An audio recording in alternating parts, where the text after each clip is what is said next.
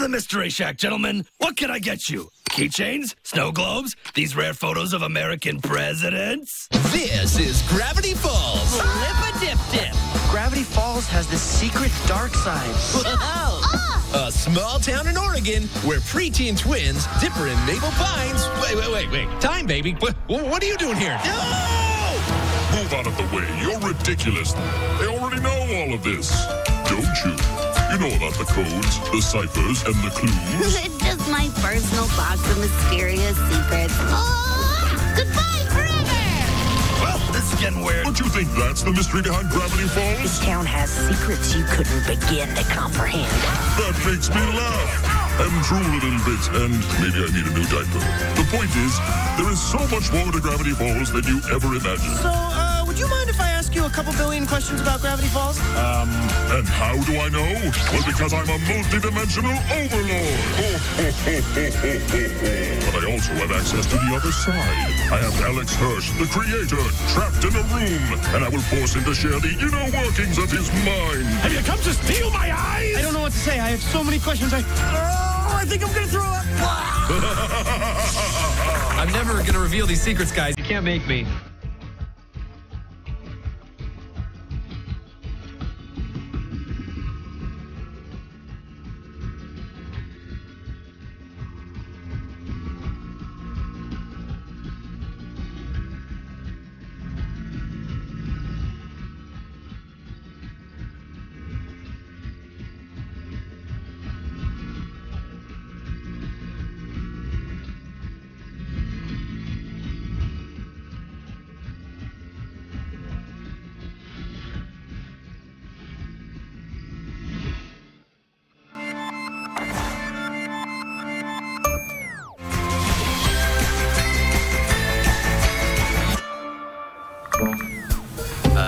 Time Baby, if Time Baby's ever trying to fight you, just leave the room. He doesn't have object permanence. He'll think you're not there anymore. Quit stalling, Alex. This show isn't about me. Reveal your secrets. Time Baby is a big dumb baby. I am not. What are you gonna do, Time Baby? Huh? You gonna zap me? Enough! I'd say if you're rewatching the series all over again, pay particular attention to the backgrounds. Maybe there's nothing creepy going on in this room. In Gideon Rises, we see a flashback of the hand of the unknown author writing the journals. We see a skull, we see a polished desk, but we also see a bit of a rainbow reflection. A really keen-eyed fan might notice that inside the secret room in Carpet Diem, there is a triangular glass prism that's casting a rainbow reflection. It's a subtle way to let you know that that room belonged to the author. I don't think anyone's actually ever figured that one out yet. This old shack is full of weird secrets. Dipper is based on my memory of how it felt to be a kid. Holy mackerel! When I was around Dipper's age, I would record myself and play it backwards. I tried to learn to speak backwards. Dipper Pine. I knew it! It's mind control after all! I didn't have a lot of friends. Time Baby is not surprised. Time Baby doesn't know as much as he thinks he knows. I know all there is to know. When I was in middle school, I was in a class with a kid who had, no fault of his own, some really unusual acne. Every day was a little different. Show me, show me. So I would sort of chart the constellations from my sketchbook, and I remember one day he had a perfect Big Dipper, the exact right dots on his forehead. That's how you got your nickname. I thought your parents just hated you or something. Reveal his first name. I can't say it. It begins with a D and ends with an ipper. My name is Dopper. And Roderick? Actually... You, dear boy. Confirm. No. Now. I think Time Baby needs a nap. Your face needs a nap. Dipper and Mabel's first names have a similarity, but I will not tell you what that similarity is. Mystery twins? I thought you hated that. I'm starting to accept it. Fine, let's move on to Mabel. Beep, bop, boop. She is a simple creature with nothing to hide. Quack, quack, quack. Mabel? Every time she's not on camera in an episode, she's off knitting the next week's sweaters. Mabel is inspired by my twin sister, specifically the way she acted in elementary school. Boom! A million slap facelets! In, I think, 6th grade, it finally happened where, like, my sister grew taller than me. She's got exactly 1 millimeter on you. The next year, I just, like, doubled in height. Alpha twin! Alpha twin! I am the alpha twin now, if you ask me. The pool. Sparkling oasis of summer enchantment. Yeah, nothing like sitting in a moist tub with strangers. It's like the bus, but wet. Grunkle Stan is based on my grandpa Stan. Stan certainly has secrets. Sweet Sally. Share them. Get you on the rewind. If you're rewatching the series, watch closely how Stan talks about family. Today we're gonna have some real family fun. Now who wants to put on some blindfolds and get into my car? Yay! Thinks about family, You had me at shut up, old man. and it will make a lot more sense. You'll notice that some of the puzzle pieces have fit together. Don't worry about what's in the basement. You belong up here with me and Mabel. Yeah. Now that we know Grunkle Stan is a twin brother, when you watch an episode like Headhunters, You need anything? I love this guy. Don't you go nowhere. you see how distraught he is that a wax double of him gets destroyed. You might understand the psychology there a little bit better. Oh, Wax Stan, he's been murdered. Interesting, but we must continue forward. Don't you want to learn some Seuss secrets? Seuss is definitely one of my favorite characters to voice. I ate a man alive tonight. One of our writers, Jeff, he kind of speaks in weird, made-up hip-hop terms. And Seuss starts saying those kinds of things. You stay out of this, Dippy Fresh. Dippy Fresh didn't do anything to you, dog. Say, girl, dude. What's up, Hambone? Explain where this Seuss came from. Seuss was inspired by someone I went to college with, this guy, Jesus Chambreau. I'm great at fixing stuff, playing video games, having a sort of mustache. He was kind of a mystery, but he was always in the computer lab, and he always wanted to help you. Handyman of the apocalypse. At your service. He would see you and just be like, hey, dude, you need help with the printer? He'd be like, no, I'm good. Be like, I'm going to help you fix the printer. I should have thought of this years ago. Oh, whoops, I broke the printer. Hey, you want my help fixing the printer that I just broke? Help, I'm trapped in the game. He was always causing and solving problems. Don't lose your cameras. Wait, lose the cameras? Don't! Dude, I just threw 2 away. But it always came from the most sincere place. My wisdom is both a blessing and a curse. I make the rules, sucker. Boosh! Everyone poured the coolest person they knew into a pot, and Wendy was bored. Boosh! You put all this stuff up here? I may or may not sneak up here during work, all the time, every day. Wendy, you're the coolest person I know. I know, dude. Tell me about it later. Alex, what about the other characters? Commencing lightning round. You have 60 seconds. Lazy Susan, she used to have 2 functioning eyes until a science experiment zapped one of them. Ah! My eye! I don't think the guy I named Deputy Durland after knows that there's a cartoon show with his name in it. Hopefully he never finds out. Sorry, Durland, if you ever discover this. Toby Determined is days away from giving up on everything. Your microphone's a turkey baster, Toby. It certainly is. Next question. Time Baby is easily distracted by jingling keys. Little weakness. No, I'm not. Preston runs a mud flap factory, and his wife was Miss Mud Flap 85 or whatever, and he just decided, oh, she is gorgeous. Tonight we will enjoy only the finest of tastes and only the snootiest of laughter. That's the ticket. So Pacifica is secretly of mud flap blood. I need your help. You're the worst. Lightning round complete. Gideon's a villain. Mother.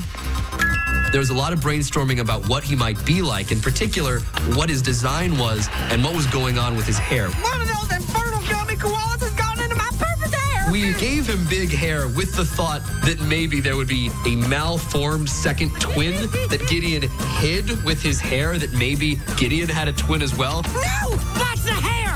I don't think there is anymore. Reality is an illusion. The universe is a hologram. Buy gold. Buy!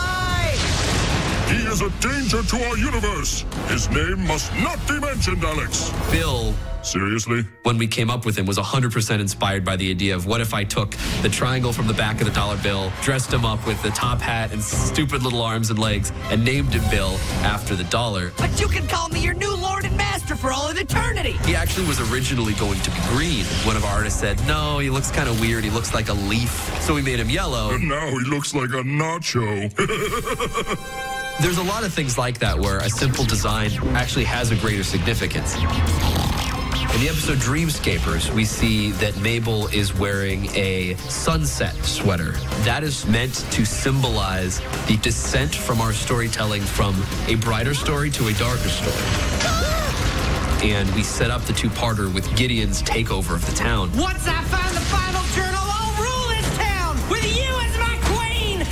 In the original plot for Dreamscapers, we imagined that Bill was going to enter all the characters' dreams, and we were going to see inside Seuss's mind, and we were going to see inside Mabel's mind. We simplified the story to Stan's mind, but a lot of the ideas for Mabel Land came from that alternate idea. Also, in the episode, we introduced Bill for the first time. Oh, Gravity Falls, it is good to be back. And I take it you're some kind of living ventriloquist dummy? Bill's a real bad guy. Oh, snap.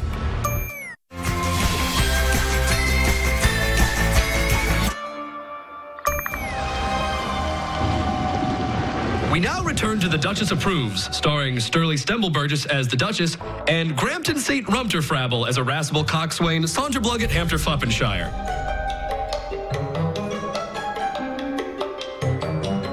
Forget it. I'm using a time wish. I always thought that if I was to make a TV show, how great would it be if I made it full of all those crazy backwards messages and secret codes and puzzles that if there was any kid out there as weird as me, they would actually find the thing they were looking for. Fans are a million times smarter than I am. I have learned that the hard way. And so season 2, we said, yes, let's up the ante. Let's have a code that's harder to crack. Woo! Let's have a code word that is hidden. Probably just the janitor kissing that whack settler woman again. Oof, remind me to erase that from my memory. So be it. Probably the best hidden code we've ever had was in the episode The Love God. Dipper and Mabel are running through a crowded festival, and the letters are spaced out in the background. They're so spread out, I didn't think anyone would ever be able to find them. Sure enough, 10 minutes after the episode aired, somebody had cracked it. It only took me 15 seconds. The other thing we did this season that we didn't do in season 1 is the very end of the episode, there's a flash, and you see a single frame of one larger puzzle. And that was all leading up to the big reveal of Stan's twin brother. That's the big twist we were waiting for? What a wrap-up! I predicted that like a year ago. There's a lot of things in a show that you just can't help it that just slip in. I've come this far. Who could possibly catch me now? In Society of the Blind Eye, Stan is working on the portal and a piece of debris bangs his hand. We see him bandaging his hand up. And then in the next few episodes, he still has that bandage on his hand. Folk music! It's the Woodstick Festival! It took a while before we got to the big answer about what the portal was. Stan's bandage on his hand was a way to show, don't worry, it's still happening. We haven't forgotten. These stories are connected. There's a lot of things like that where something will change and stay changed for the rest of the series. Bigger. Too big! This is some kind of magic-y thing, isn't it? Seuss, look! A real dinosaur tooth? There's something huge going on right under our noses. Puma's shirt, Panther's shirt. Puma's shirt, Panther's shirt. Tambry sends me the craziest text. Each audience member gets to be Dipper and have a mystery to uncover. In this town, anything is possible. And not what he seems, Mabel's wearing a key. Our Grunkle Stan might shoplift the occasional tangerine, but he's not some evil supervillain. This is because Mabel herself is ultimately the key to unlocking the portal. Look into my eyes, Mabel! You really think I'm a bad guy? He's lying! Shut it down now! Mabel, please! 10, 9. It's time for Wheel of Secrets. That red stuff on Norman's mouth, is it blood or is it jam? It really is jam. The gnomes recently had their gnome queen die, and as part of her funeral ceremony, they were all eating bereavement jam. This is normal. Originally, the multi-bear was going to be called the Bear Bear, and we specifically wanted a line where Dipper could say, "There, there, Bear Bear." Oh, that's a multi-bear. We have a reason that Blendon is bald. When he time travels, oftentimes he does it poorly and catches on fire. He has to slap himself and say, "Oh, pat down." He's burned off all his hair from botched time traveling. I don't know if it's some kind of paradox or if I'm just really tired. We ended up writing a song for McGucket where he sings about the Gobblewonker and how it's real and how it's going to get you. And then we learned two things. One, the song was too long. Two, McGucket's a terrible singer. That's probably why I live in the dump. In A Tale of Two Stans, you see that Stan's science fair project that failed in high school was a football robot called Footbot. This is apparently a dream he has had for a very long time, and it's a very dumb dream. You didn't win anything. One secret about the show that not a lot of people know is that some names of incidental characters or side characters that don't really matter in the show. Hey, I'm Gabe Benson, y'all. This is Lee and Nate. A number of them are based on boys my sister had a crush on in middle school and elementary school. Awesome comeback, Mabel. Don't treat me like a child, Zyler. She called me up and she's like, what is that guy's name doing in there? I was like, don't worry, I won't tell anybody. So please don't tell anybody.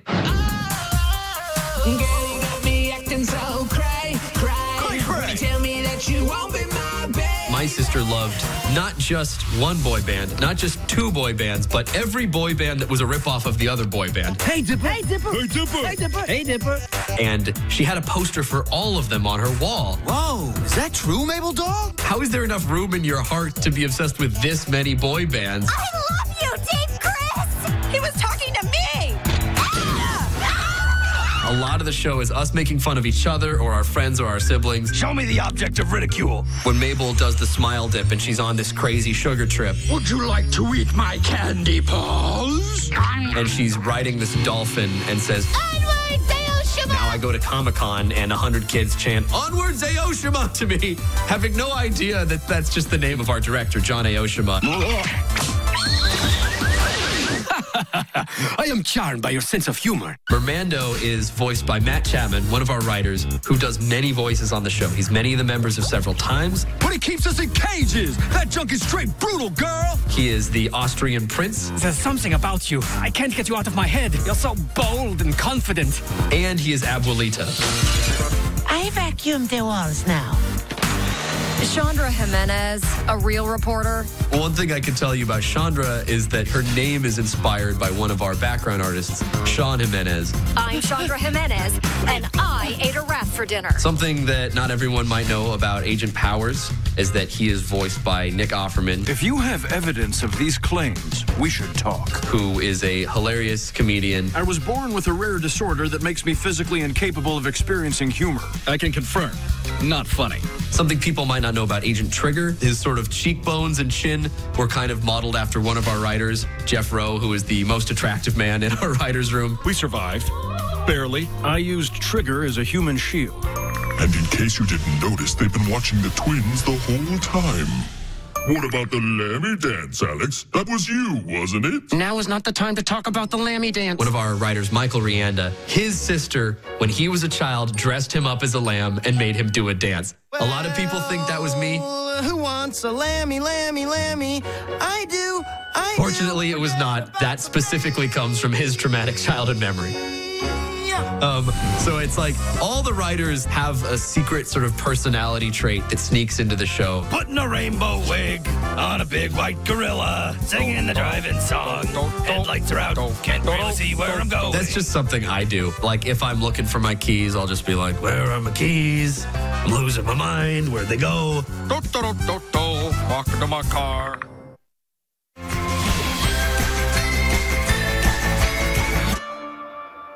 Time is running out, Alex. Tell them more. USA! USA! USA! USA! Chanting, I think, would happen a lot in the writer's room. Michael Rianda, if it would be lunchtime, he would do lunchtime. I think he did the first chant that ever appeared in the episode, which was all the teens going, Thompson, Thompson. It's just an obnoxious thing to do, and once you get used to it, you can't stop. There's plenty of little cameos of mine in the show where my face will show up. People assume that that's like me, like, oh, haha, get this, like a little ego boost. The crew likes to make fun of me. And whenever they put my face in the show, that's their way of doing it. Dear Mom and Dad, we've been in Gravity Falls for a few months and so much has happened. Ultimately, Gravity Falls isn't just about codes and Easter eggs. It's about characters. You need an amiable sidekick with a pickup truck? You know I do. I know who my family is now. And it's you dudes. Somebody's in love. I never even got a chance to tell you. I'm like in love with you, Wendy. I always kind of knew. Everything I've worked for, everything I care about, it's all for this family. One of these days, you and me are gonna sail away from this dumb town. When the summer's over, you give me my house back, you give me my name back, and this Mystery Shack junk is over forever. I guess I didn't realize it was already our last one. Look, things aren't gonna stay frozen this way. It's part of growing up. Things change. Summer ends. This summer, I've seen some amazing things, but nothing as amazing as you and your sister.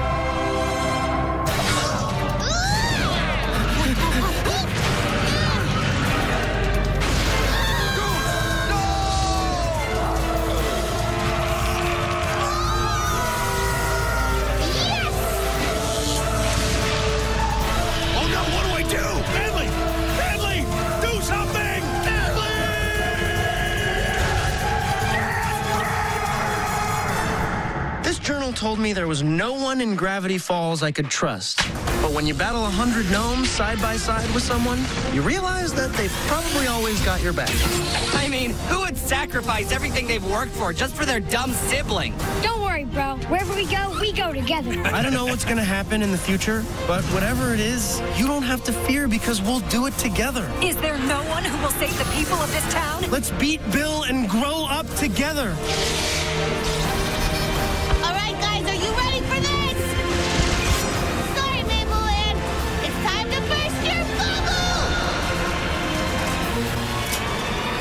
Let's get 'em, dudes.